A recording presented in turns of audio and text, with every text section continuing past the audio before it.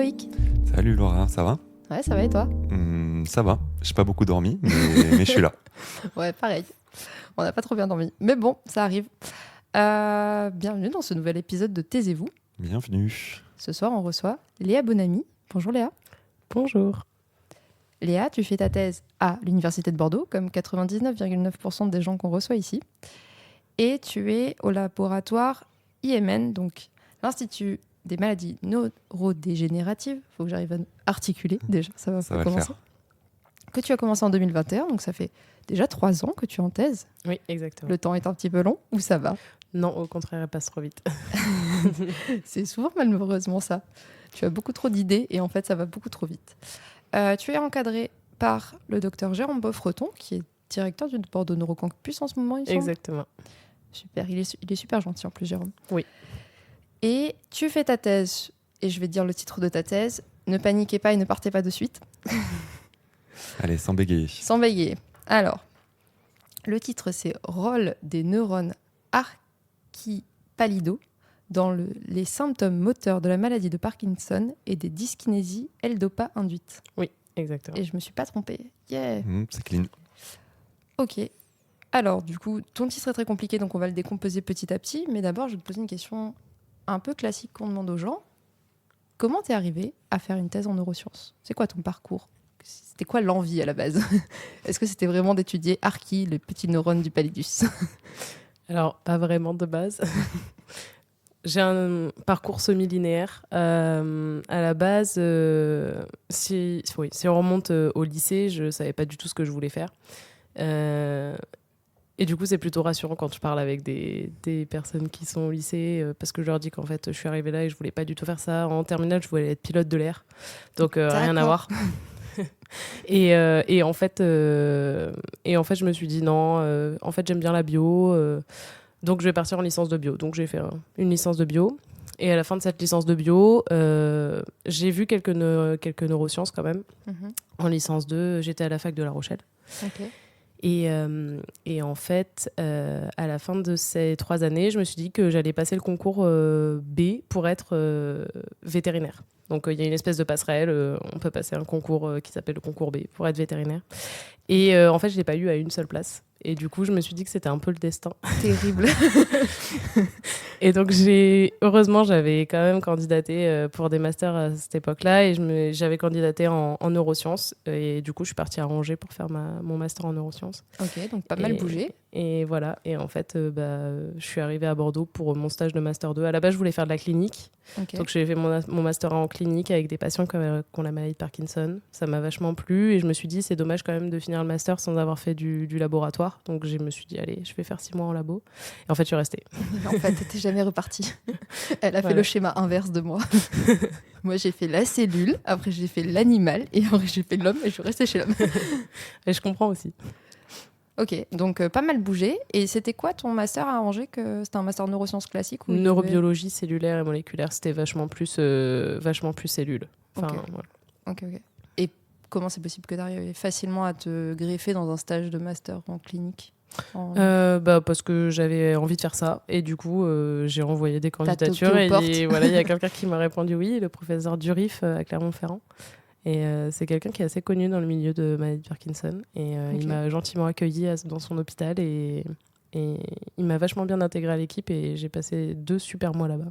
Ok, trop bien. Voilà. Donc t'as beaucoup bougé pour le coup. Ouais, t'as fait La Rochelle, Angers, Clermont-Ferrand, Bordeaux. Exactement. Et entre-temps, j'ai été à Périgueux et j'ai fait un service civique. J'ai fait une année de césure pendant 1 an. Voilà. Ok. Donc, ouais, Donc vraiment... J'ai fait un peu de tout.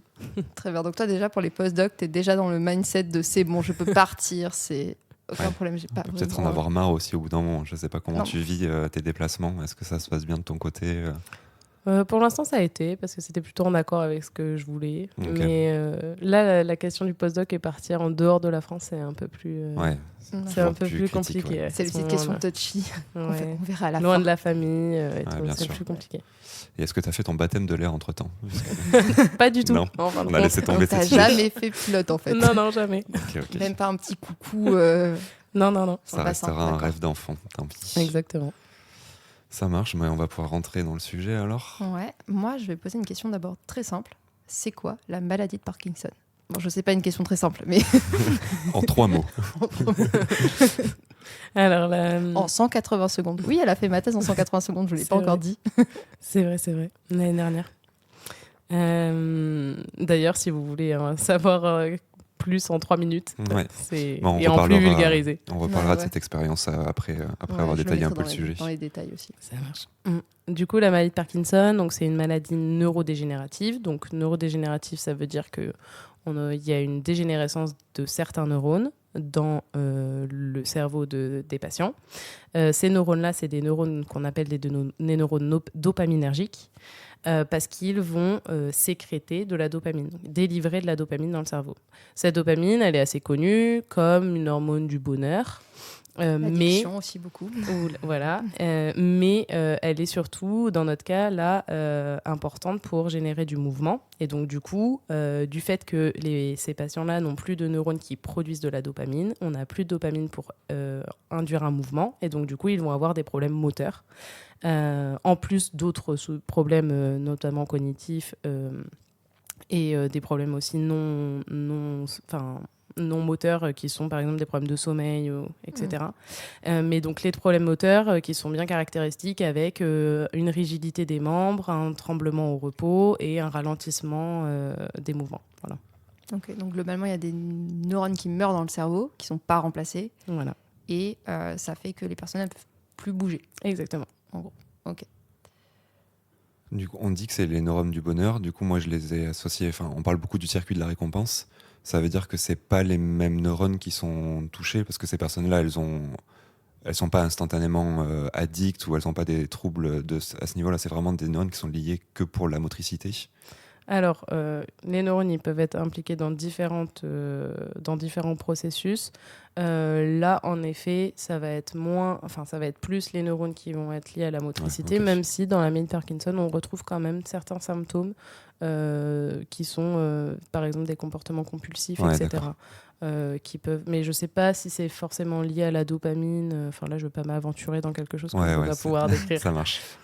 Mais d'autant que dans l'addiction, normalement, c'est plutôt un trop plein de dopamine qui est après compensé par enlever des récepteurs pour pouvoir ça fasse plus d'effet, enfin, qu'il y ait besoin de plus de substances pour que ça fasse un plus d'effet, qui fait que ça... pas moins de dopamine. Ok, donc ça, c'est la maladie de Parkinson.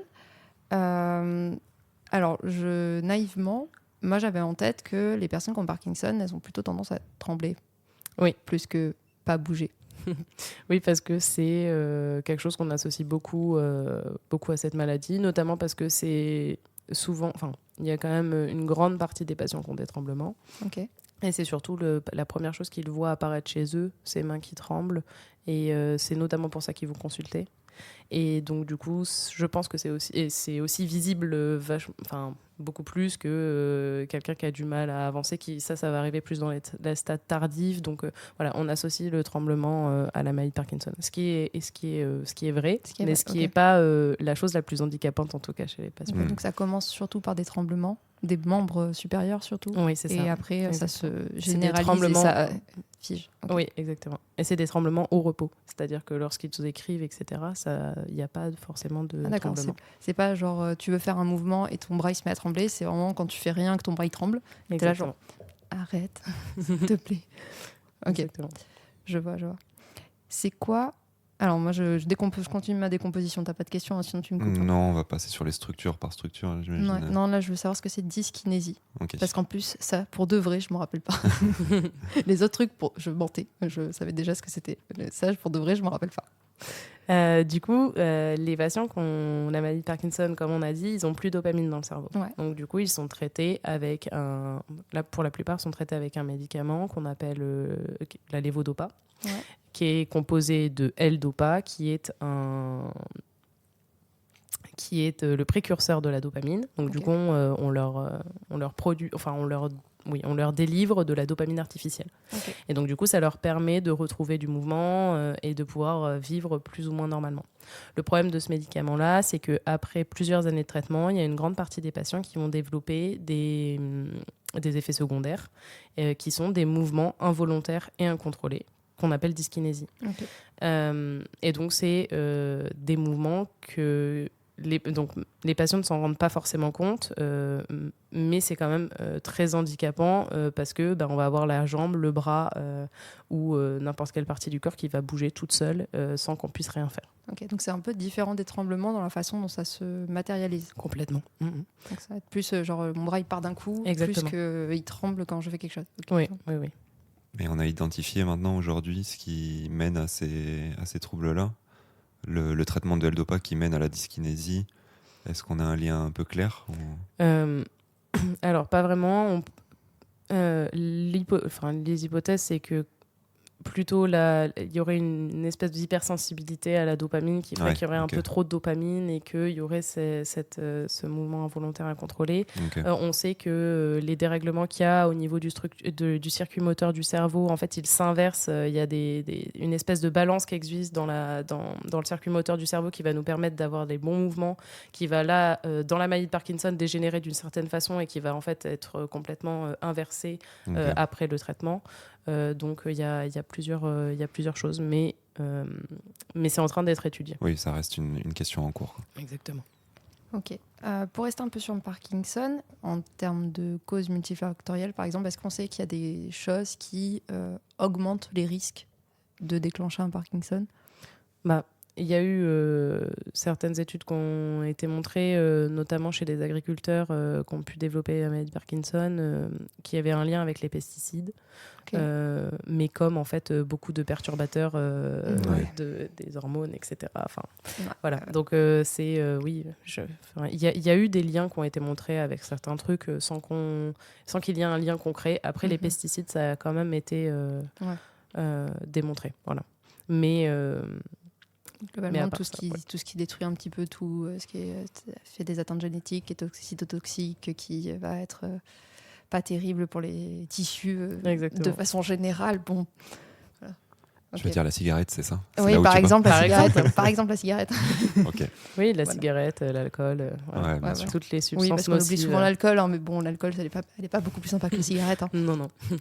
Surtout pour le reste de l'organisme qui a demandé. Une petite question ? Non, on peut rouler. Ok. Donc, on va rentrer un petit peu plus dans qu'est-ce que tu fais exactement. Du coup, c'est quoi un neurone archipalido ? C'est qui Archi ? Alors du coup, c'est un neurone archipalidal et des neurones archipalido. Et voilà, déjà, c'est déjà perdu. La honte. La neuroscientifique. Donc, les neurones archipalido, c'est un tout petit groupe de neurones que nous, en neurosciences, on appelle normalement population de neurones. C'est une toute petite population de neurones. Donc, pour expliquer, il va falloir que je décrive un peu plus les structures du cerveau impliquées dans la maladie de Parkinson. Du coup, donc si on revient en arrière, on sait que les neurones à dopamine, ils dégénèrent. Ouais. Donc du coup, il n'y a plus de dopamine qui est relarguée dans le cerveau. Et cette dopamine qui est relarguée dans le cerveau, qui va permettre de générer du mouvement, elle est relarguée au niveau d'une structure qu'on appelle le striatum. Ce striatum, c'est la porte d'entrée dans le circuit moteur du cerveau. Le circuit qui va nous permettre de faire un mouvement ou d'empêcher de faire un mouvement. Qu'il soit volontaire ou non volontaire. Ou que volontaire. Qu'il soit volontaire. Ok. Et donc du coup, ce striatum, c'est la porte d'entrée dans ce circuit-là. Après cette porte d'entrée, il y a plusieurs structures qui vont en découler, dont une structure qui s'appelle le globus pallidus, qui est directement connecté par le striatum. Donc le striatum, il envoie directement des messages à cette structure-là. Et dans ce globus pallidus, on va avoir différents types de neurones qu'on va pouvoir différencier parce qu'ils vont exprimer des protéines, des gènes, etc., qui sont différents en fonction de la population. Et donc, du coup, il y a 20% de ces neurones-là qui vont être des neurones archipalido. Donc, c'est des petits neurones dans la structure. Ils sont plutôt petits et c'est des neurones qui sont inhibiteurs. Donc, ils ont pour but d'envoyer des messages négatifs, d'inhiber quelque chose.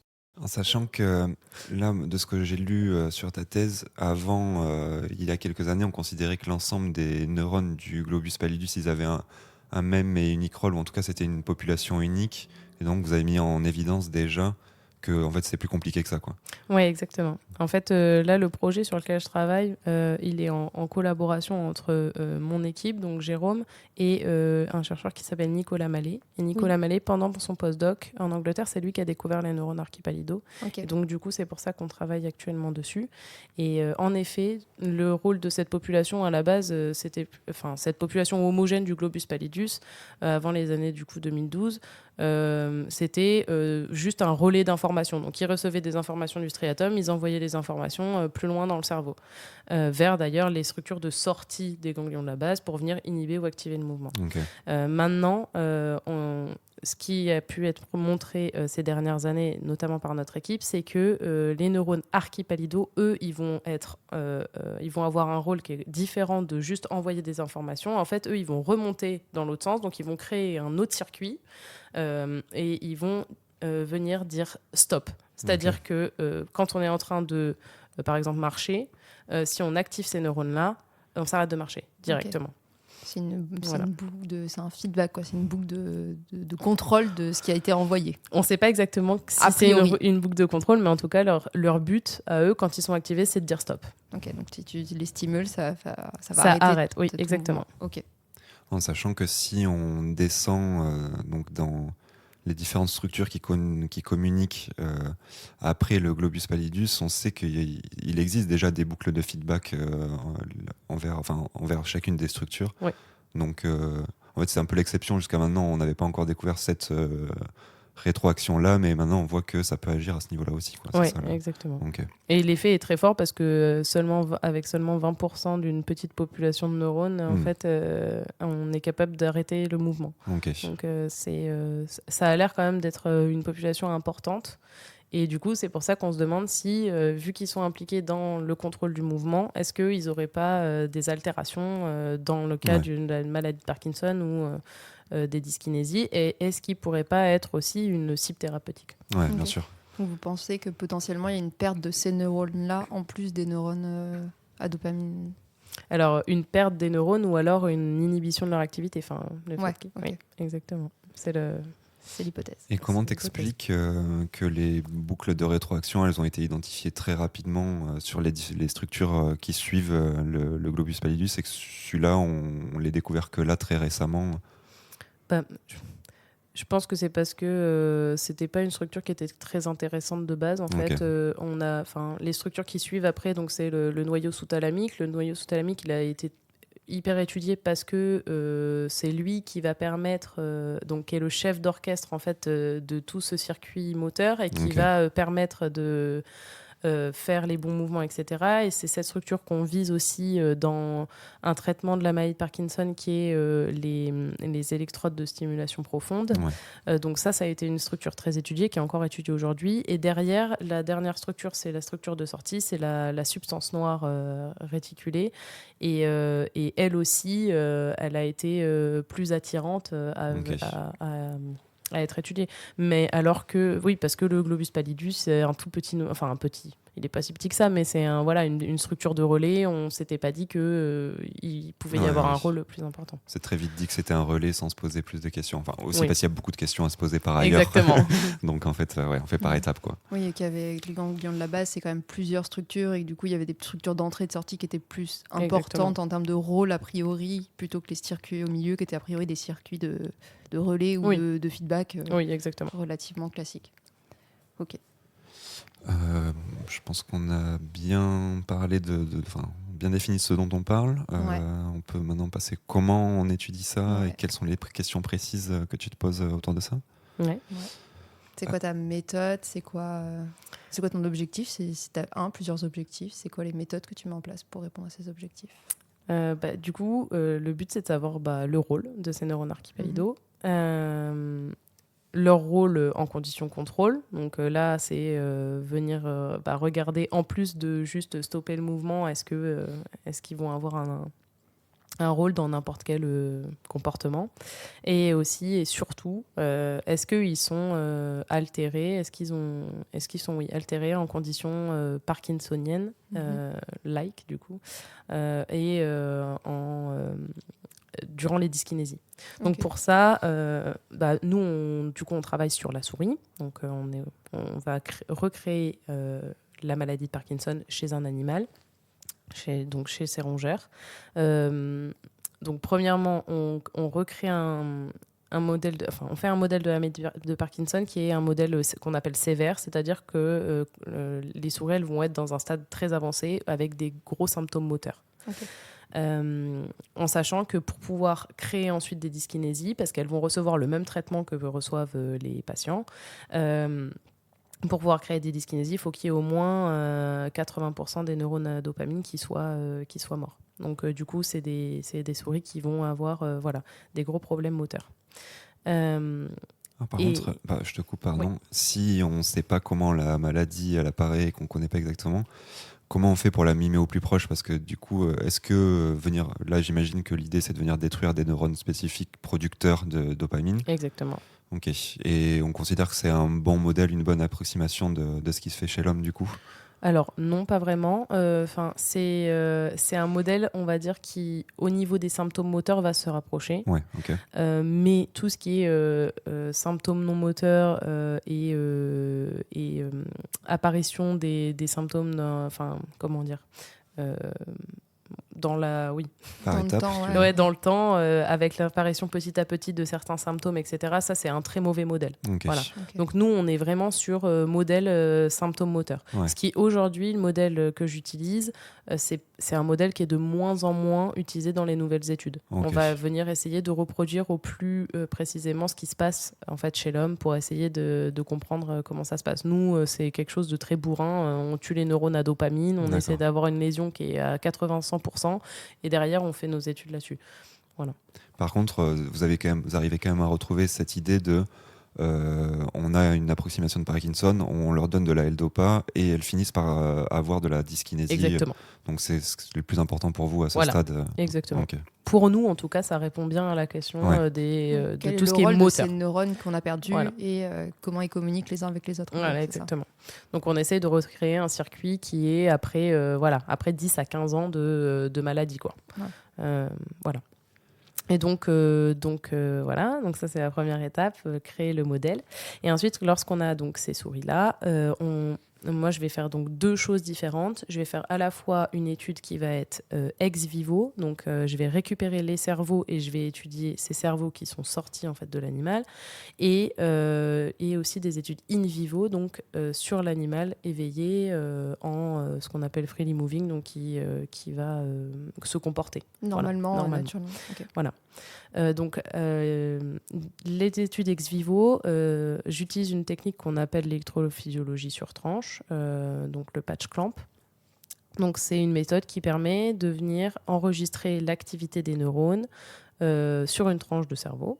Donc, je vois les neurones sur une caméra. Grâce à un capillaire en verre, on vient apposer ce capillaire en verre sur la membrane du neurone et après, on est capable de venir enregistrer son activité. Et donc, du coup, je regarde si l'activité de ces neurones, elle est la même en contrôle, en conditions parkinsoniennes et en conditions dyskinétiques. Spoiler, no, du coup. Non, comme attendu. Et le nombre de pipettes cassées par expérience, pour avoir déjà fait du patch clamp, c'est genre, tu passes ta journée à créer des pipettes, après tu les casses, et de temps en temps, tu chopes un neurone. Voilà. Et t'es là, ouais, j'ai un neurone. Ah, il marche pas celui-là. Bon, on va devoir échanger de neurones. C'est beaucoup plus cool que ça. Non, mais c'était drôle en vrai.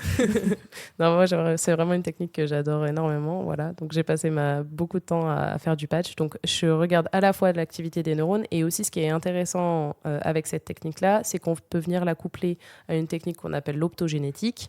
Donc, ce qu'on fait faire, c'est qu'on vient faire exprimer dans des neurones une protéine fluorescente qui va du coup qui est un canal, donc une protéine canal, qui est sensible à la lumière. Donc quand on vient apposer de la lumière dessus, le canal va s'ouvrir, il va laisser passer des ions, ce qui va activer les neurones. Donc on est capable artificiellement de venir activer des neurones. Et donc du coup, en faisant ça, on peut étudier des circuits. Donc on active un neurone A et on regarde quelle est la réponse chez le neurone B, qui est connecté par ce neurone A. Et donc du coup, moi, je viens étudier 3 circuits différents sur tranche qui mettent en lumière les neurones archipalidaux. Donc des circuits qui vont donc des neurones qui vont envoyer des messages aux neurones archipalidaux et les neurones archipalidaux qui vont envoyer des messages à d'autres neurones. Voilà. Est-ce que c'est difficile de trouver des neurones qui sont connectés au sein de la tranche ? Ou est-ce qu'ils sont tous plus ou moins connectés, quelle que soit la profondeur ? Parce que je suppose que comme tu fais des coupes, il y a des moments où il y a les neurones, en fait, il était connecté à des trucs qui sont au-dessus, en dessous, qui ne sont plus connectés à lui-même. Oui, et donc du coup, c'est ça qui est bien avec cette protéine canal, c'est qu'elle n'est pas juste au niveau du corps cellulaire, elle est au niveau de toutes les dendrites, donc de toutes les ramifications du neurone. Et donc du coup, forcément, s'il communique avec mes neurones archipalidaux, les ramifications, elles sont proches du neurone archipalidal. Et on n'a pas besoin de venir illuminer le corps cellulaire, on peut venir directement illuminer les dendrites. Qui sont proches. Qui sont proches, exactement. Ouais. Et donc du coup, on peut venir regarder les réponses comme ça. Pratique, effectivement. Parce que sinon, si le truc il est à l'autre bout, bah t'allumes rien du tout, en fait. Voilà. Donc du coup, on regarde l'activité des neurones, leur connexion. Et ensuite, in vivo, je viens regarder l'activité des neurones, mais chez les animaux qui sont éveillés et qui se comportent. Et donc, du coup, ça, on utilise une technique qui s'appelle l'imagerie calcique. Donc, ça repose sur un peu le principe de l'optogénétique. On vient faire exprimer une protéine fluorescente à l'intérieur du neurone. Et cette protéine, elle devient fluorescente uniquement quand du calcium se lie à elle.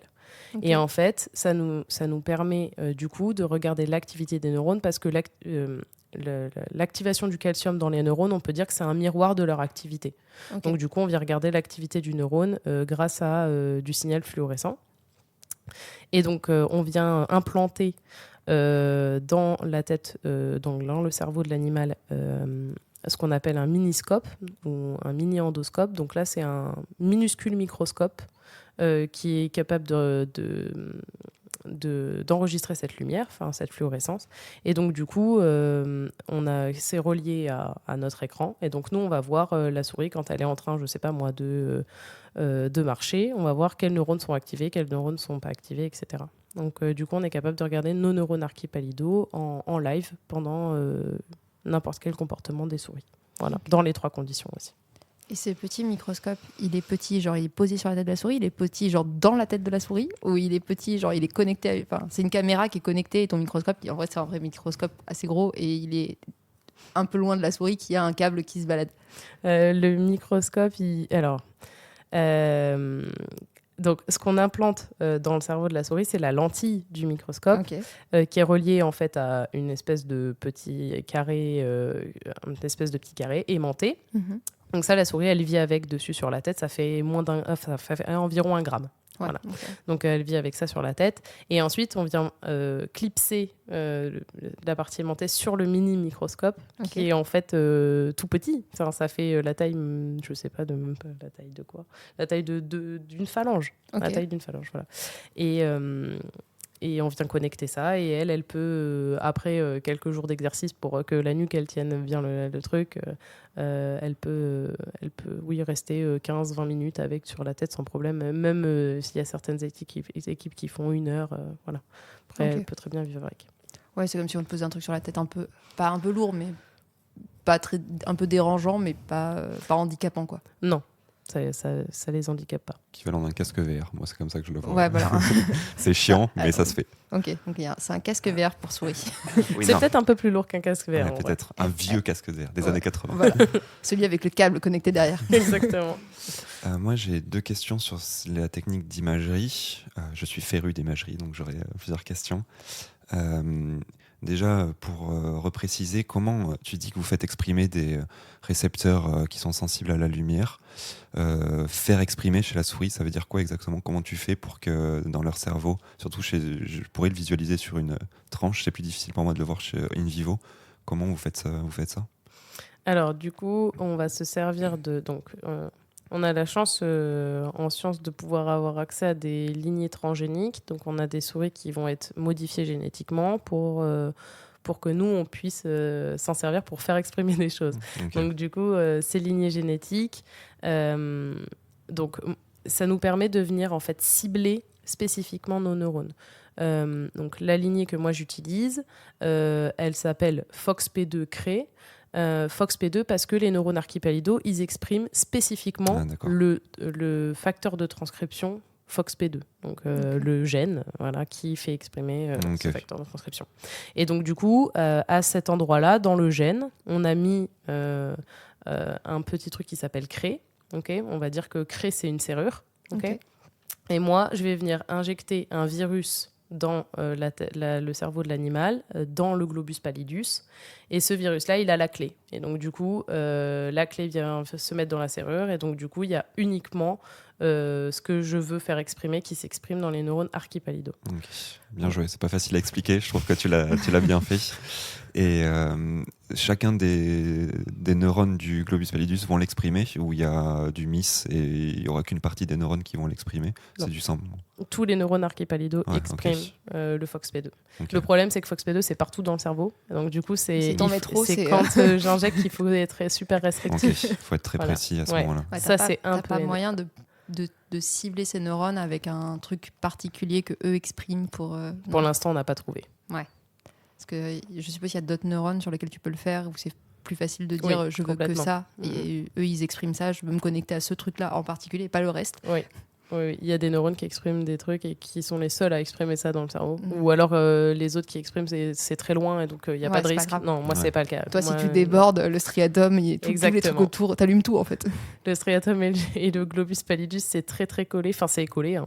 Ça a une bordure énorme, une frontière énorme entre les deux. Et en fait, il y a du FOXP2 partout dans le striatum. Ouais, si tu mets un petit peu la goutte un peu trop, là. C'est ça. Si on met une goutte de trop, c'est foutu. Et c'est quoi ton moyen du coup de savoir que tu as tapé juste et que tu l'as pas exprimé dans d'autres régions du cerveau? Du coup, après, quand on peut récupérer les cerveaux, on peut vérifier. C'est a posteriori. A posteriori, on peut dire que. Alors, il y a certains cas où ça nous dérange pas tant que ça, parce que si on veut juste regarder l'activité des neurones archipallidos, qu'il y en ait d'autres qui l'expriment, c'est pas grave parce que la lentille, elle sera bien placée au niveau de notre globus pallidus. Le signal serait juste pas capté, quoi. Voilà, exactement. Mais il y a d'autres moments où, quand on veut faire exprimer la protéine sensible à la lumière uniquement sur les neurones archipallidos, quand on veut activer juste ces neurones-là et pas des neurones du striatum, dans ce cas-là, c'est un peu plus embêtant. Et en termes de résolution d'imagerie, tu arrives à capter quoi? J'imagine que vous captez pas le signal, la moindre activation du moindre neurone. Donc c'est quoi la précision? C'est du single cell, donc c'est bien un neurone. C'est extrêmement précis. Oui, exactement. C'est super, c'est une super technique. Du coup c'est très pratique, effectivement. Donc du coup, on peut voir neurone par neurone et on est capable du coup, nous du coup, en plus de cette lentille qu'on implante dans le cerveau de l'animal, on va venir aussi implanter un tube. On va appeler ça un tube qu'on vient placer au niveau de la substance noire compacte, donc là où se trouvent les neurones dopaminergiques. Et donc du coup, on va pouvoir enregistrer d'abord nos neurones en conditions contrôle. Et après, a posteriori, via ce tube, on va injecter la toxine pour tuer les neurones dopaminergiques. Et du coup, on va, après que la lésion soit bien faite, on peut observer les mêmes neurones, l'activité des mêmes neurones archipallidos en conditions parkinsoniennes. Donc du coup, on suit son propre contrôle. Exactement. Et ça, c'est incroyable. Voilà. Et après, la L-Dopa s'injecte intrapéritonéal, donc au niveau du ventre. Donc là, il n'y a pas besoin. Donc on a les neurones dans les 3 conditions. Le même neurone, on le suit en fait dans 3 conditions différentes. Du coup, les conditions, c'est pas des groupes de souris. Non, c'est une souris qui est son propre contrôle, exactement. Et du coup, tes souris de base ne sont pas modifiées, à part le fait qu'elles expriment une protéine qui fait de la fluorescence. Alors, elles sont juste FOXP2 créées. Donc, elles ont juste la serrure pour faire la fluorescence. Ok. Donc, ça ne change absolument rien à la souris. Non, sinon, c'est une souris sauvage. Oui. Voilà. De toute façon, si elle l'exprime, elle fait juste une protéine qui sert à pas grand-chose, quoi. Oui, voilà, c'est ça. Qui sert à rien pour elle naturellement. Exactement. Ok. J'avais une question, mais je l'ai oubliée. Est-ce que tu as une autre question là sur le coude? Non, moi je serais parti sur qu'est-ce qu'on vous avez trouvé un peu jusqu'à maintenant et c'est quoi les. C'est revenu. Sauf si tu l'as dit comme quelqu'un de perché, quoi. Ah si. Non, mais c'est le temps que le cerveau mouline, c'est genre mon cerveau il cherche. Vas-y, je t'en prie. On parlera des résultats après. Alors. Ouais. Pour faire ces expériences-là, tu as besoin de combien de souris et ça te prend combien de temps? Je me rends pas compte de la durée que ça prend, l'expérimentation en total, jusqu'au moment où tu peux enregistrer. Alors, ça dépend des expériences. Du coup, si on parle des expériences sur tranche, Donc, une souris contrôle, elle met 3 semaines à exprimer ce qu'on injecte. Donc, dès que j'injecte une clé, la clé, elle met 3 semaines à s'exprimer. Donc ça, c'est assez rapide. Après, je fais mon expérience, donc 3 semaines plus un jour. Après, quand on veut faire des souris qui sont modèles de la maladie de Parkinson, il faut attendre 15 jours que la lésion soit stabilisée. Donc là, on est sur un mois à peu près. Et une souris dyskinétique, il faut injecter la L-Dopa pendant environ 10 à 15 jours. Donc, sachant qu'elle développe des dyskinésies directement, mais c'est pour plus parce qu'on utilise une dose très importante et que la lésion elle est très forte dès le début. Donc en fait, c'est comme si on arrivait directement à 15 ans de traitement, si vous voulez. Mais c'est juste pour avoir cet effet chronique du traitement et voir s'il y a des réadaptations qui se font à force d'avoir la L-Dopa, etc. Déjà, au niveau comportement, on voit bien une différence. La souris, plus elle reçoit de la L-Dopa et plus elle a du mouvement qui revient, etc. Donc voilà. Et donc du coup là il faut un peu 6 semaines, donc un mois et demi. Donc en fonction du groupe dans lequel on est, on va mettre à peu près 2 mois avant d'acquérir les résultats, parce qu'après les résultats ça arrive assez rapidement derrière. Après, pour l'étude in vivo, c'est un peu plus long parce qu'il y a le temps d'expression du virus, c'est exactement pareil, c'est 3 semaines, mais après il y a le temps donc il y a l'implantation, le temps que l'implantation après ça soit stabilisé, parce qu'il faut que les tissus se remettent, qu'il y a l'inflammation qui parte, il faut la stabilisation de cette protéine fluorescente qu'on injecte, et donc c'est environ 2 mois déjà de base. Et après, l'enregistrement des souris dans les différents comportements qu'on fait, etc. Et donc là, on est sur des expériences qui, en tout, nous prennent... parce qu'on fait ces expériences à 2, du coup, entre l'équipe de Nico et la nôtre. Je travaille en binôme avec une postdoc qui s'appelle Lise. Et donc, ces expériences-là, elles nous prennent environ 3-4 mois. Là, on a commencé à injecter juillet et on va finir nos expériences avant Noël. Donc, voilà. Ouais, donc tu peux pas faire 200 souris, quoi. Non. Donc là, sur l'in vivo, on fait... là, par exemple, on a implanté 8 souris et on en a 6 qui ont des bons résultats. Donc, on est sur des petits groupes, sachant qu'on n'en a pas fait beaucoup. Voilà. Et après, pour les expériences de patch, pour avoir des résultats qu'on va dire robustes, il faut compter environ, 6 souris par groupe ou quelque chose comme ça. Donc, c'est pas énorme le nombre d'animaux qui est utilisé. Voilà. Sachant que je suppose que sur chaque tranche, en fait, tu n'enregistres jamais un neurone. C'est peut-être 50 neurones, donc du coup, tu multiplies tes résultats par le nombre de... Oui, exactement, c'est pour ça. Oui. Donc, ce qui explique que tu n'as pas besoin de beaucoup d'animaux, finalement. Non, voilà, exactement. Ok, là, c'est bon. Ok, c'est bon, on peut aller aux résultats. Oui, on peut aller aux résultats. Du coup... Parce qu'elle a déjà fait 3 ans de thèse, donc elle a des résultats. Ça fait 3 ans. Tu vas faire une année de plus, tu vas la faire en 4 ans, du coup, ta thèse. Ouais. Je viens de commencer la 4e. Okay. Le Bordeaux Neurocampus, c'est de plus en plus ça. Oui, c'est compliqué actuellement dans la recherche en neurosciences, vu les papiers quand on veut sortir un papier, ça devient de plus en plus compliqué parce qu'il faut avoir tous les stades, du ex vivo à l'in vivo à retrouver le machin. Et du coup, qu'est-ce que tu as identifié sur l'activité de ces neurones jusqu'à présent ? Est-ce que tu peux nous en dire quelque chose ? Est-ce qu'ils agissent sur le striatum ou pas ? Donc du coup, il y a quand même quelque chose que j'ai pas dit sur ces neurones à la base. Donc ces neurones-là, ils vont recevoir des informations du striatum et d'autres régions du cerveau. Ça, c'est une chose. Mais surtout, leur particularité, c'est qu'ils vont envoyer des informations seulement au striatum. Okay. C'est le seul endroit auquel ils envoient des informations. Donc c'est juste au striatum qu'ils disent stop. Donc c'est assez cool parce que du coup quand on étudie le circuit de ces neurones, on n'a qu'une seule structure ça allume pas l'intégralité du cerveau. C'est pratique.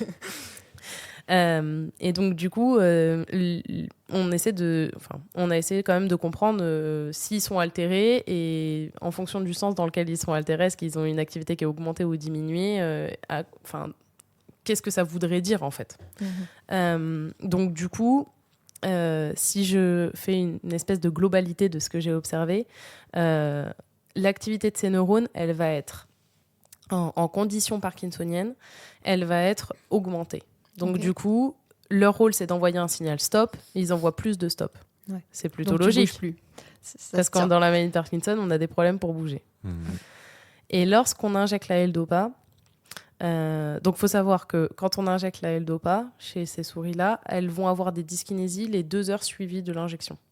Les patients, pourquoi ils ont des dyskinésies tout le temps ? C'est parce qu'en fait, toutes les 2 heures, ils doivent reprendre un médicament. Donc oui, l'effet de la L-Dopa, c'est environ 2 heures. Donc nous, on enregistre les souris dans ces 2 heures-là. Mais on les enregistre aussi avant de leur donner le médicament le jour d'après. Comme ça, on voit les effets sous L-Dopa et les effets sans L-Dopa, mais avec la chronicité du traitement. Donc en fait, on a plus 4 groupes que 3 groupes. Donc voilà. Donc quand on injecte la L-Dopa et qu'on enregistre les neurones, on voit qu'ils n'ont plus du tout d'activité. Ils sont complètement silencieux. Donc ils n'envoient plus de signal stop pendant que les souris ont des mouvements involontaires et incontrôlés. Ce qui se tient du coup aussi. Ce qui semble complètement logique. C'est que normalement, quand tu as fait le mouvement, c'est bon. Voilà. On peut s'arrêter là. Exactement. Et quand les dyskinésies s'arrêtent, petit à petit, les neurones archipélaidaux recommencent à avoir une activité. À envoyer à balle, stop. Ok. Voilà. Donc ça, c'est plutôt... ça va plutôt en accord avec les symptômes de la maladie de Parkinson, ce qui prouve de plus en plus quand même que ces neurones, ils ont l'air d'être importants dans les symptômes de cette maladie.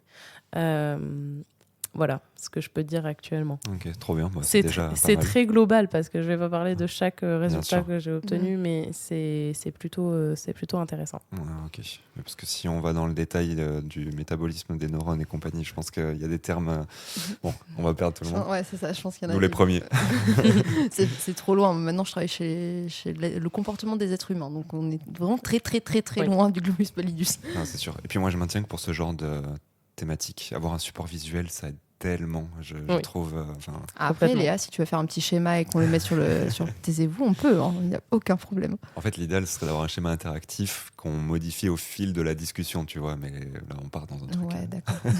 Alors, moi, j'ai pas de talent en dessin, c'est ça. Il faudrait qu'il y ait quelqu'un qui dessine en côté et qu'en fait, en même temps, on soit sur Twitch et qu'il soit en live en train de faire le truc. Ça complique beaucoup les choses. Le setup est trop ambitieux. Bon, tant pis. Mais ok, trop bien. Et est-ce que, du coup, si leur activité, elle semble quand même pas mal perturbée par la L-Dopa, est-ce que vous avez des pistes de... Parce que autant ces neurones-là, ils envoient que vers le striatum, mais ils reçoivent, j'imagine, d'autres structures. Est-ce que vous pouvez voir un lien où la L-Dopa, elle agirait directement sur ce groupe de neurones-là ? Du coup, les neurones archipélaidaux, ils reçoivent beaucoup d'informations, principalement du striatum, et du globus pallidus, en fait des autres neurones du globus pallidus, l'autre population. Et donc moi j'ai étudié les deux, donc à la fois les connexions qui viennent du striatum et à la fois les connexions qui viennent du globus pallidus. Et pour l'instant, ça a l'air d'être plutôt concordant. C'est-à-dire que dans le striatum, on sait que pendant la maladie de Parkinson, il y a... Ça va être compliqué parce qu'il va falloir rediviser le striatum en deux. Toutes les structures.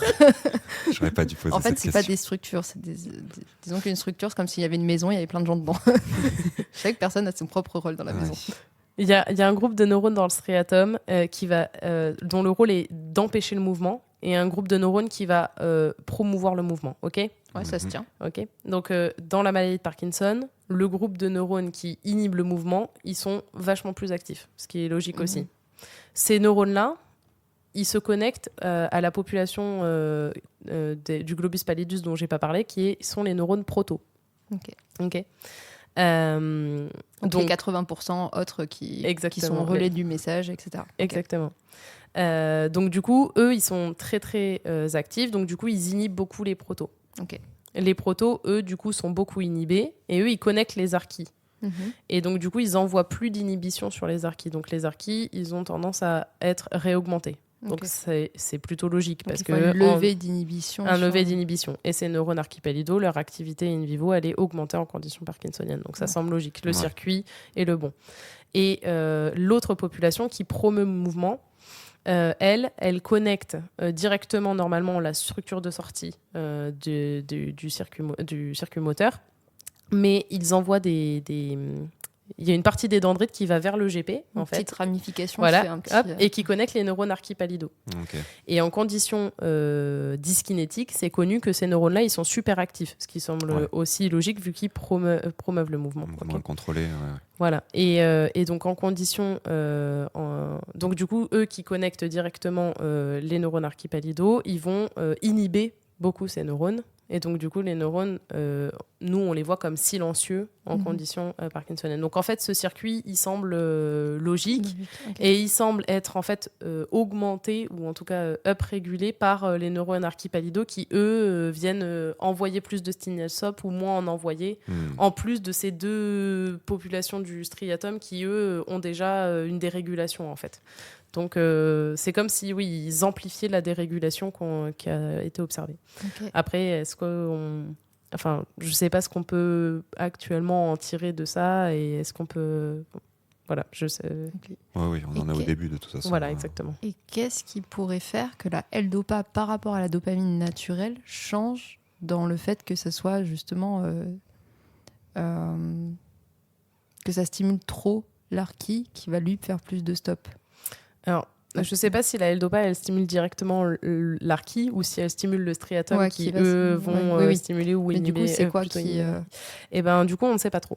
Voilà. Ouais, c'est quoi qui pourrait expliquer? Parce que peut-être qu'elle touche d'autres structures qui étaient Alors pas déjà, prévues. c'est pas spécifique. En plus de ça, c'est d'un coup des grosses doses et pas une libération petit à petit de la dopamine, comme etc. un neurone naturel, Voilà. Et en plus de ça, la L-Dopa elle peut aussi être captée par d'autres systèmes, notamment des systèmes sérotoninergiques, etc. Donc, elle peut être précurseur pour autre chose non, elle est précurseur de dopamine, mais elle peut peut-être avoir un rôle dans d'autres réseaux, d'autres circuits. En fait, vu que je sais pas trop. En fait, je sais pas si on sait pas trop, si je sais pas trop. Je pense que c'est pas très clair en fait la L-Dopa, à vrai dire. Elle pourrait peut-être même être d'elle-même neurotransmetteur, c'est-à-dire avant d'être convertie en dopamine, elle pourrait même avoir elle seule un rôle. Et ça, on sait pas. Donc, c'est des hypothèses en fait. Voilà.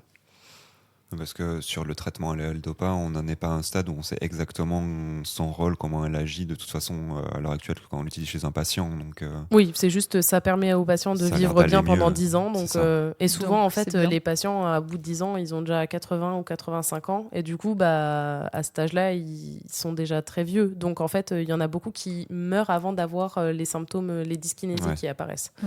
Donc le traitement est efficace en fait en soi. Et le traitement est plus ou moins efficace. Même si ça entraîne d'autres problèmes, etc. Mais oui, le traitement est plus ou moins efficace. On va dire que c'est un moyen traitement. Ok.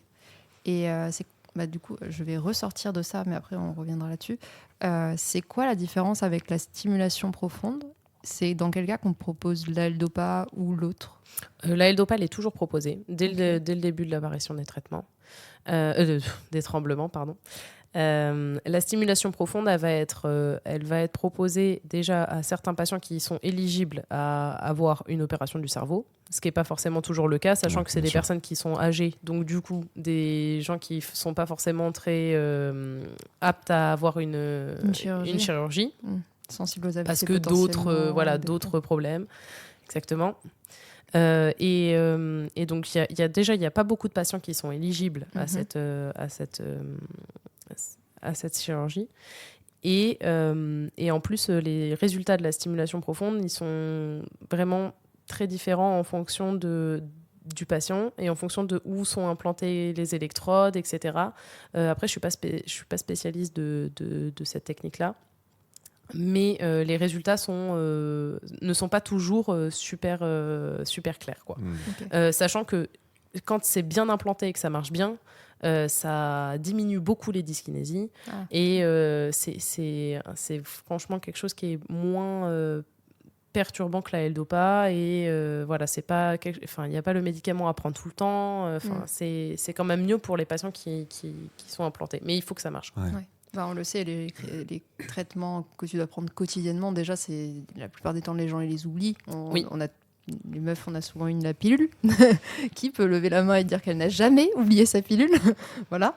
Donc, si tu dois le prendre 3 fois par jour, 10 fois par jour, bon, ça multiplie le risque d'oublier. Sachant que les patients ont en plus des problèmes de planification, donc du coup, c'est-à-dire que c'est pas une priorité en fonction de ce qu'ils sont en train de faire, de prendre le médicament. Donc, elles sont souvent des problèmes cognitifs, des troubles de mémoire. Donc, déjà qu'elle oublie d'éteindre ses plaques, alors évidemment, oublier le médicament. Voilà, donc oui, c'est pas franchement pratique. Après, il y a quand même des choses qui sont mises en place pour ces patients-là, avec des pompes qui délivrent de la L-Dopa de façon, ou de l'apomorphine de façon plus régulière, etc. Donc, oui, pour éviter que ce soit eux qui doivent se dire je dois prendre mon traitement. Et est-ce qu'avec ce que tu as trouvé, tu sais si le positionnement des électrodes dans la stimulation profonde, est-ce que ce que vous êtes en train de trouver, ça peut amener à une meilleure précision, le fait de savoir que cette boucle-là existe au niveau du globus pallidus?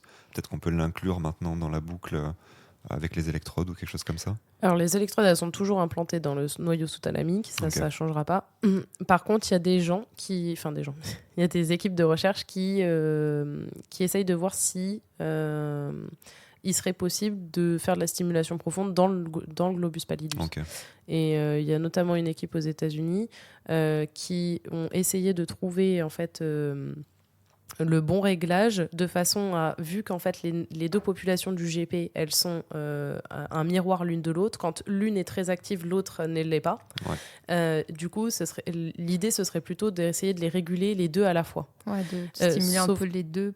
Sauf qu'on n'est pas des humains transgéniques, donc nous on n'a pas de serrure et donc on ne peut pas injecter le clé. Donc du coup on doit essayer de le faire, et donc cette équipe-là a essayé de trouver en fait le bon voltage pour lequel on arriverait à diminuer une population et augmenter l'autre, etc. Et ça a l'air de donner des résultats qui sont quand même encourageants. Après, à savoir si ça si ça aurait des effets bénéfiques sur les symptômes, etc. Ça, je sais pas. On n'en est pas là encore. Voilà. Bon, super. J'ai une dernière question par rapport à ça, qui est plus une question un peu suite. Là, du coup, tu commences la 4e année. C'est quoi la suite Est-ce que tu as d'autres expérimentations qui sont prévues, ou est-ce que c'est vraiment juste écrire des articles, écrire la thèse, aller en colloque et raconter tout ce que tu as fait à d'autres chercheurs? Alors là, c'est pas le moment d'écrire encore. Là, toutes nos expériences chez la souris éveillée, in vivo, pour l'instant, elles ne sont pas vraiment analysées. Ou en tout cas, c'est des données qui sont quand même pas très simples à analyser quand on n'est pas très script, etc. Donc, on essaye de se pencher du R et du là-dessus. Python ici. Voilà. On essaie de se pencher beaucoup là-dessus pour essayer de sortir un maximum de résultats intéressants. Et ensuite, il me restera quelques petites expériences quand même à faire pour pouvoir complémenter ce que j'ai. Mais on arrive quand même sur la fin. Donc, je pense que ce qui est prévu, c'est vers mai-juin, je commence à écrire, sachant que je vais quand même avoir des stagiaires à partir de janvier, donc ça va aussi occuper un petit peu mes journées. C'est sûr. Ouais, ça c'est sûr. Est-ce que tu as d'autres questions pour le moment? Non, moi c'est bien. Je trouve qu'on a fait un bon tour. Est-ce que tu as autre chose dont tu voudrais parler pour le moment, ce qui te vient à l'esprit? Oublié un grand axe de ta thèse. On est passé à côté d'un truc. Non, je crois pas. Je crois qu'on a parlé à peu près de tout. Ok. Du coup, là, on passe à la section. Qu'est-ce que tu fais en dehors de ta thèse? Comment tu fais pour sortir des harkis du pallidus et des protos? Alors, par quoi je vais commencer? Déjà, dans 5 jours, je cours un semi-marathon.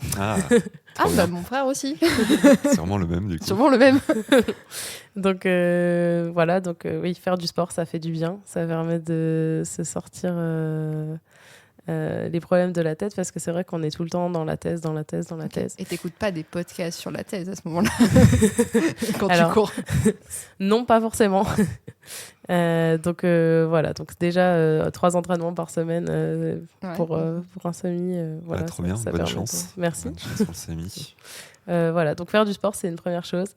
Après, j'ai la chance d'avoir des amis qui font une thèse et avec qui on peut faire plein de trucs aussi en dehors, du genre des jeux de société, aller à la plage, faire des journées, des petits week-ends dans des endroits sympas.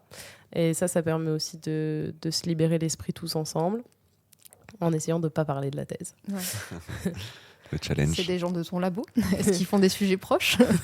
Alors, pas forcément proches, mais c'est des gens du labo. Mais on essaie quand même d'essayer d'avoir des moments en dehors du boulot et qui nous permettent de sortir de ça. Et après, à part ça,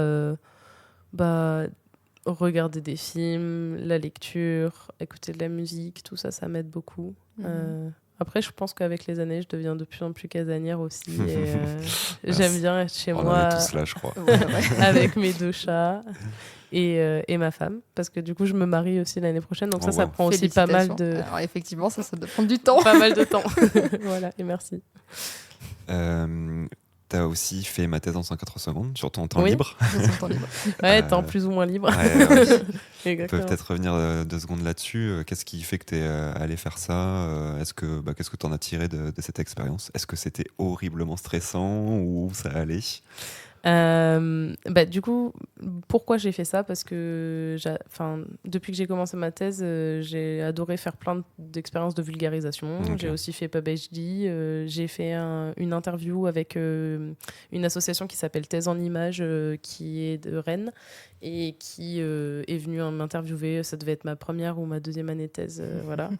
Je pense que d'ailleurs, ça a dû bien changer la façon dont je parle dans ce truc-là. C'est vrai que mettre les 2 en parallèle, ça doit être intéressant. Comment tu définis les Moi, je l'avais fait 1 an et demi, l'enregistrement du podcast, et après, j'ai repassé à la fin de ma thèse. J'étais là, genre, qu'est-ce que j'ai raconté comme connerie, terrible. Voilà, donc toujours dans un souci d'essayer de partager la science à un public non averti. Parce que en fait je trouve que sinon on reste trop entre gens qui savent ce que c'est un neurone archipélinal. Voilà. Et c'est cool aussi de partager ça et de donner envie aux gens de faire de la science. Ouais, clairement. Et de comprendre à quoi ça sert aussi. Parce que souvent ils savent pas vraiment qu'est-ce qu'on fait de nos journées. Oui, qu'est-ce que la recherche? Déjà, rien que ça, c'est une grande question. Et c'est sûr. Tout le monde ne sait pas forcément y répondre. On est là pour ça, il faut nous écouter. Voilà. Écoutez-nous. Mais ceux qui sont là, ils écoutent déjà. Oui, c'est 20 comme méthode, mais qu'est-ce que je te dis? Et donc, du coup, voilà, ma thèse en 180 secondes. Je trouvais ça trop cool. J'avais regardé plein de personnes passer sur YouTube et tout. Et je me suis dit, bon, allez, je me lance. Et c'était une expérience incroyable. Donc, voilà. Pour les gens qui nous écoutent, franchement, je recommande. C'est une expérience incroyable à vivre. Je pense que c'était un des pires stress que j'ai vécu de ma vie, de monter sur scène à ce moment-là. Tout le monde peut nous dire ça. Rien que la finale de Bordeaux, juste ça, il y a, je sais pas, 150 ou 200 personnes dans la pièce, c'est rempli et il y a des gens qui te regardent sur Internet aussi. Oui, voilà, exactement. Les 3/4 dans la salle, c'est des adolescents. Tu sais que si tu les catches pas, c'est foutu. Exactement. Et donc, c'était super stressant. Mais en même temps, c'était trop bien. Voilà. C'était un stress super agréable, en fin de compte. Voilà. Je pense que c'est un truc qui revient à chaque participant qui l'a fait. Vous allez stresser énormément, mais c'est une des meilleures expériences à chaque fois de chacun des participants. Et surtout, ça apprend tellement de choses. Et moi, la différence entre mes présentations avant et après, quand c'est même devant le labo, même devant des gens où je juste donnais un cours, mais rien à voir. Ouais, bien sûr. Maintenant, je suis en spectacle quand je donne un cours. Non, je suis d'accord. Ouais. T'es tombé dans l'effet inverse. Maintenant, t'en fais trop. T'as des accessoires et tout. Ouais, je crois. C'est pas vrai. Non, je l'ai fait avec une de mes amies qui avait beaucoup de stress à passer en public, etc., avant de passer sa thèse. Et en fait, le jour de sa thèse, c'était vraiment une autre femme. Enfin, vraiment, elle a passé sa thèse et elle était à l'aise, etc. Et franchement, j'étais trop contente pour elle parce que c'est une expérience super. Même pour les gens du coup qui sont timides ou qui ont qui n'ont pas trop confiance en eux devant un public. Du coup, ça vaut vraiment le coup d'essayer de le faire parce que l'environnement est tellement bienveillant, c'est super. Il faut se faire violence, mais en plus, ça donne des clés. On ne demande pas à la personne d'aller sur scène et vas-y, raconte ton truc. On va t'apprendre à avoir une posture sur scène, à comment délayer son discours, etc. Donc, je pense que c'est important pour tout le reste de ta vie, en fait. Donc, clairement. Donc voilà, on vous le recommande très fort. Et je dis ça, je ne l'ai pas fait. Et je recommande aux gens d'aller écouter aussi, parce que ça t'apprend plein de choses. Et aussi, Parce que moi, j'en écoute plein. Et là, cette année, j'étais à Lausanne quand c'était ma thèse en 180 secondes. Et je suis allée voir la finale de Lausanne de ma thèse en 180 secondes de gens que je connais pas du tout. Non, c'est sûr, il y avait personne qui passait que je connaissais. Mais juste, j'ai appris des trucs nouveaux. En plus, celui qui présentait, c'était le vainqueur de l'année d'avant. National. Enfin, il était en France, du coup, à ce moment-là. Et c'était le gagnant l'année d'avant. Donc j'ai rencontré une star en plus. C'est vrai. Non, mais en plus, on retient super bien ce qu'ils font, les gens. Ouais. Enfin, il y a des trucs que j'ai regardés il y a 2 ans et je m'en souviens encore parce Ouais, c'est que vrai. c'est marquant, quoi. Ouais, il suffit que l'image elle soit bien choisie et que les allégories et les métaphores que tu utilises, elles sont parlantes et du coup tu te dis bah oui c'est évident en fait. Oui, exactement. Je comprends vachement bien. J'essaie de me rappeler, mais je pense que je connais encore ta présentation, au moins en partie. Après t'avoir vu moi- t'entraîner, peut-être. Non, je pense que mon cerveau il est dans le déni, du coup il a essayé de l'oublier. En fait, je vais peut-être pas la finir, cette dernière clope. Ouais. Je l'ai, moi. Genre. Je l'ai. Ouais. Bon, trop bien. Bah, je pense qu'on a fait un bon tour de la thèse et de ce que tu as fait en plus. Mhm. En tout cas, tu as triché. Bah, je trouvais que tu expliquais vachement bien, mais tu as beaucoup d'expérience. Ouais, c'est Avant vrai. ça, tu as fait plein de vulgarisation et ça se ressent. Donc, j'espère que les auditeurs ont. La triche marche. Bah, sur un sujet pas évident à expliquer du tout. Donc, j'espère qu'on vous a pas perdu et que, Ouais, j'espère aussi. que vous avez aimé cet épisode. Moi j'ai des dernières questions encore sur Ouais. c'est quoi la suite? Tu veux faire quoi après ta thèse? Tu veux continuer dans la recherche? Tu veux faire autre chose? Pour l'instant, c'est un peu toutes les questions que je me pose. C'est la panique. J'ai à la fois envie de faire un postdoc pour l'expérience, pour Ouais. partir, pour aller faire encore un peu de recherche. Voilà, sachant qu'en plus, voilà, j'ai déjà contacté un chercheur en Suède pour pouvoir aller faire mon postdoc là-bas. Donc, c'est quand même une option qui est très envisagée. Mais en même temps, il y a des jours où je me lève et où je me dis non, allez, on arrête après.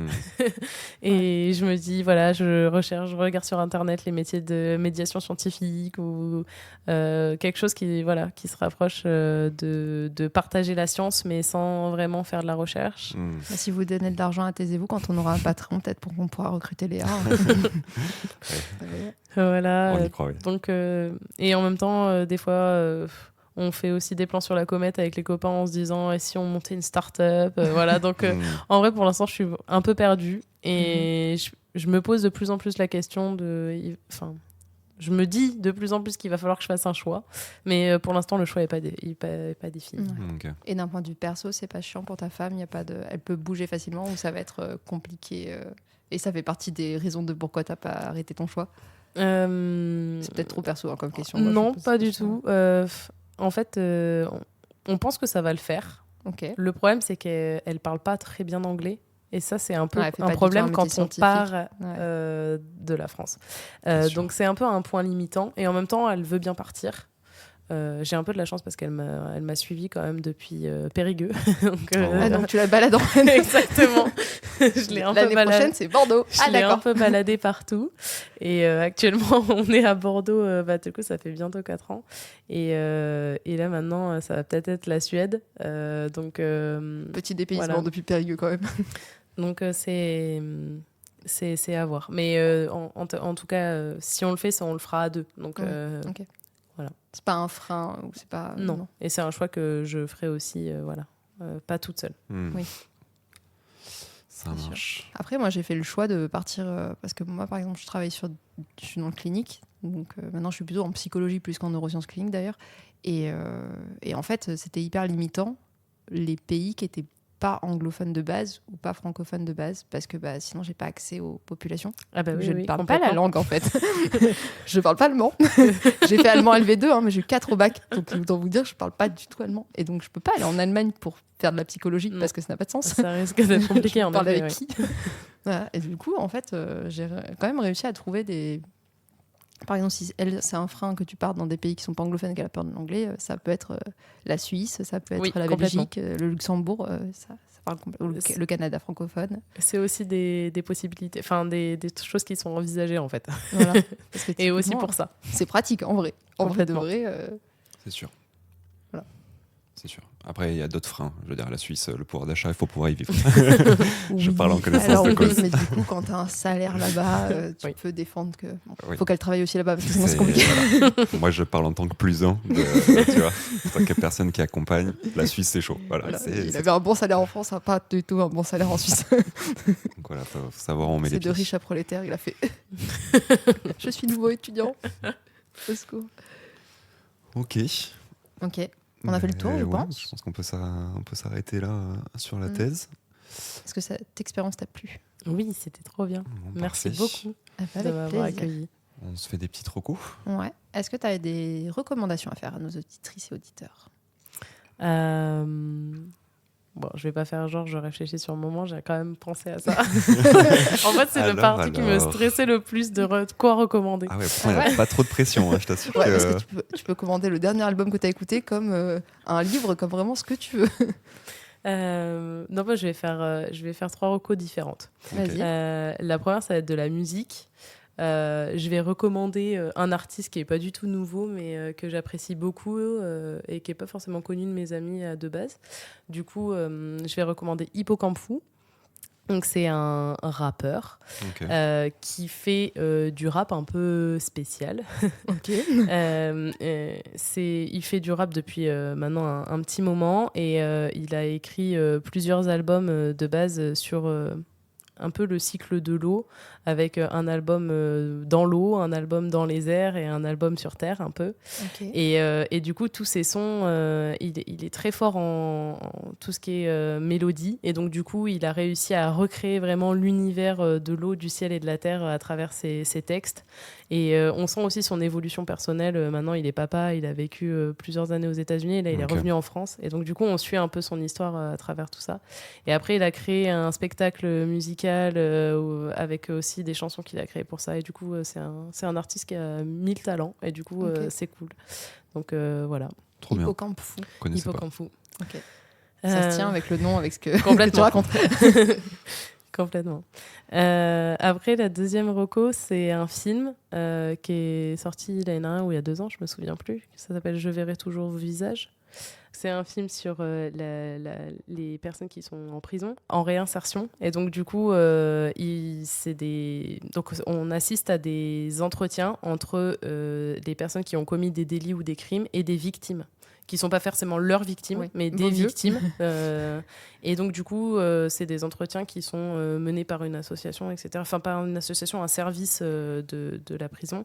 Et donc, du coup, qui permet à ces personnes-là qui sont emprisonnées pour certaines choses de prendre conscience, en fait, de ce qu'ils ont fait. Okay. Et aux personnes victimes de comprendre par quel mécanisme ces personnes-là peuvent arriver à ça.